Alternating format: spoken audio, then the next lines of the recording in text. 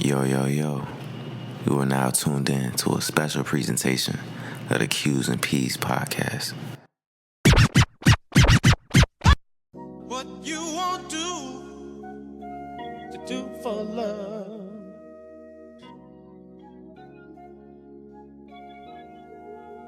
You tried everything, but you don't give up. Yo, welcome back to the Q's and P's podcast, where the questions hit deep and the pressure builds purpose. I'm your host, Max, and today we're talking about what happens when you overplay your part. And before we get into that, I want to thank y'all for helping us reach 200 subscribers. And the goal, of course, is always to go further and beyond. So make sure you like, comment, and subscribe to support the channel. And be sure to turn the notifications on so you never miss another episode. You tried everything. In those almost relationships, in the talking stages that feel like something more, in the quiet hopes that someone's gonna catch up to the kind of energy you're bringing. See, it's not always about them not caring, because sometimes they do. They just don't know how to hold you. They weren't ready for someone like you. They weren't ready for the consistency, for the depth, for the kind of presence that doesn't come with conditions. And what do? You don't give up. We try harder, we show more, we play our part to the fullest, hoping they'll finally meet us there. But here's the thing, you can't be the hero in everyone's story, especially when they're still figuring out who the villain is in theirs. This episode is for the ones who gave real energy and got uncertainty in return. It's for the ones who love hard, show up early, and stay consistent, and still find themselves questioning if it was ever enough. We're going to be breaking down what overplaying your role can cost, why some people pull away when they feel how real you are, and how sometimes peace is knowing when to stop proving your worth. If you ever led with your heart and got left with a maybe, then this one's for you. So let's get into it. Let's start with something most people don't want to admit. A lot of us are out here playing relationship roles we were never even cast for. We're out here doing boyfriend things with no title, doing girlfriend things for someone who won't even claim you in public. You're showing up emotionally, physically, energetically, like you're in a relationship, but the other person, they still got one foot out, just in case something better shows up. And here's the trap. You convince yourself that if you keep doing everything right, they'll finally see you. So what do?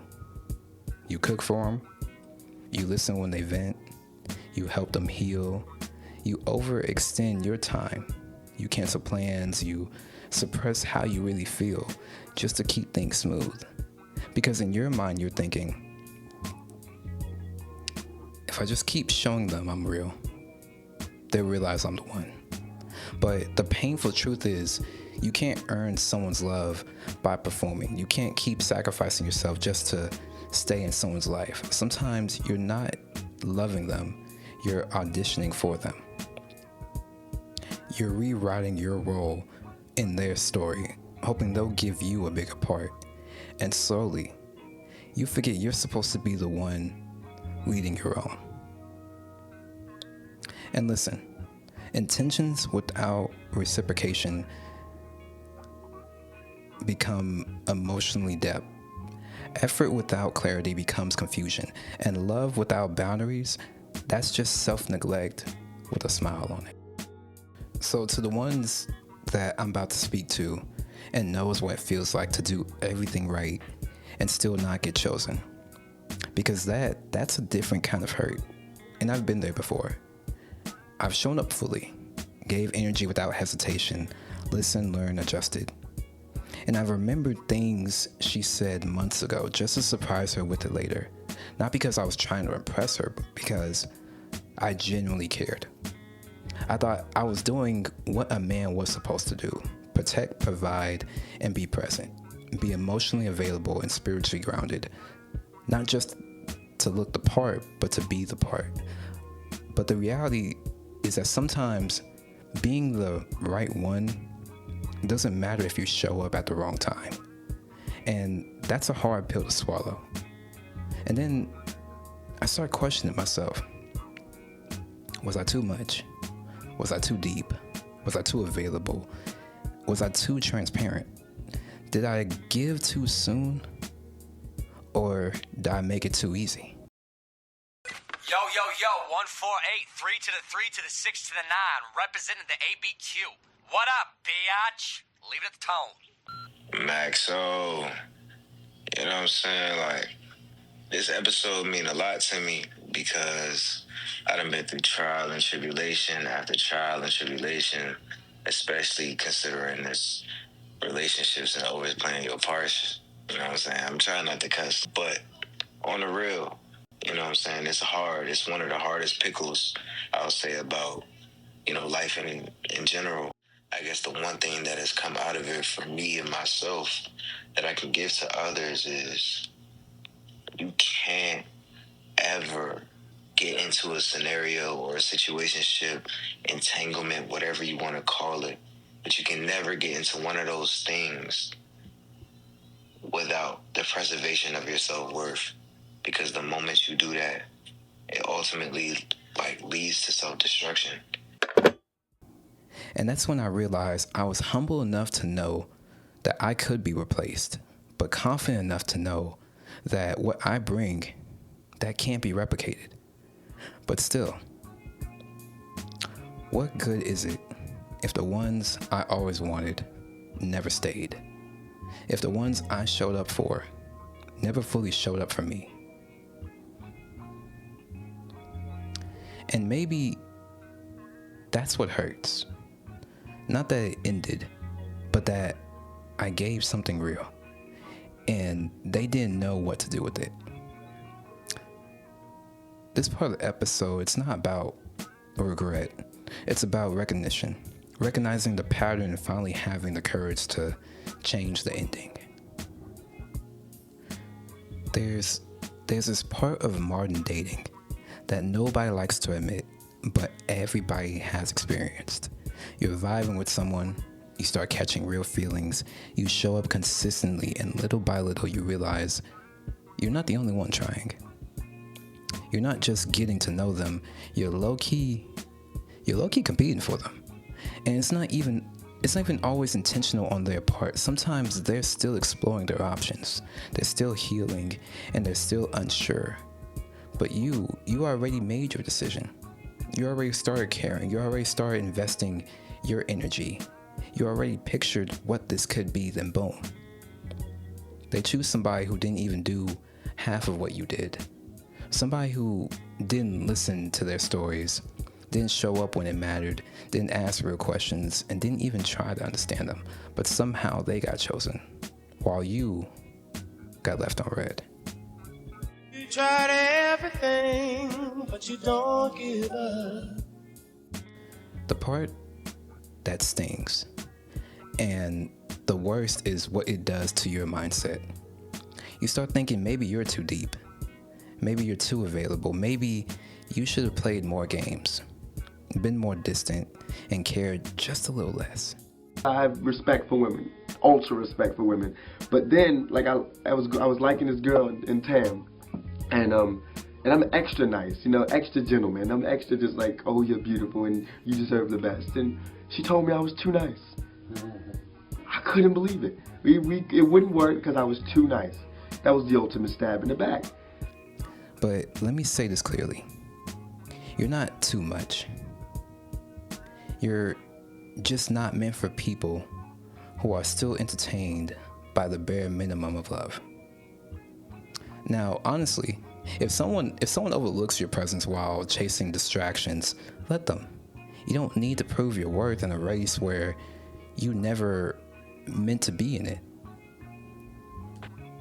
So, of course, some of us stay in situations not because they're right, but because they're familiar. We tell ourselves, but I love them. They just need more time. They're going through a lot. We start carrying their emotional weight, thinking that if we can just be patient, if we could just be enough, calm enough, and loyal enough, they'll eventually turn around and choose us the way we're choosing them. But I have to ask you this. At what point does love cross the line into self-sabotage? Because when you start dimming your light to avoid intimidating them, holding back your truth to keep the peace, and silencing your needs so you don't seem too much, that's not love anymore. At that point, you're putting yourself in survival mode. And that's the worst part. You think your effort is noble, but it's actually teaching them they don't have to try. You're proving your loyalty to someone who is not proving that they care. And I know you mean well.